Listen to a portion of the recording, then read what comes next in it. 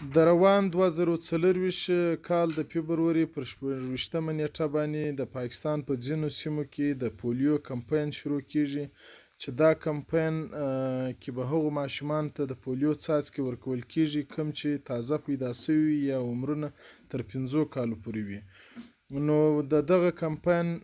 په بلوچستان ایالت کې موږ افغان کډوال هم برخوال یو چې زموږ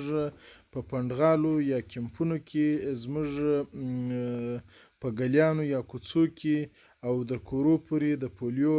ټیمان ځي او کور پر کور باندې دغه کمپاین سرته رسوي. نو زه د افغان کډوالو د یو استازي په توګه باندې د خپلو افغان کډوالو څخه په ډیر درنښت دا هیله کوم لکه څرنګه چې مو پخوا هر کال چې دا کم کمپاینونه په زموږ ستاسې په سیمو یا په پنډغالو کې کیږي او تاسې تعاون ورسره کړی دی او تر اوسه پورې د پولیو داسې مثبت کیس شکر الحمدلله په موږ افغان کډوالو کې نه دی پیښ شوی چې هغه موږ دلته یادوري کولی سو. نو دا ستاسې د خپلو اولادونو سره او د خپلو اولادونو د صحت او روغتیا ته د پاملرنې ثبوت دی چې کم د پولیو ټیمان درځي او تاسې خپلو بچیانو ته دغه د پولیو 2 قطرې یا 2 څاڅکي ورکوي. نو بیا هم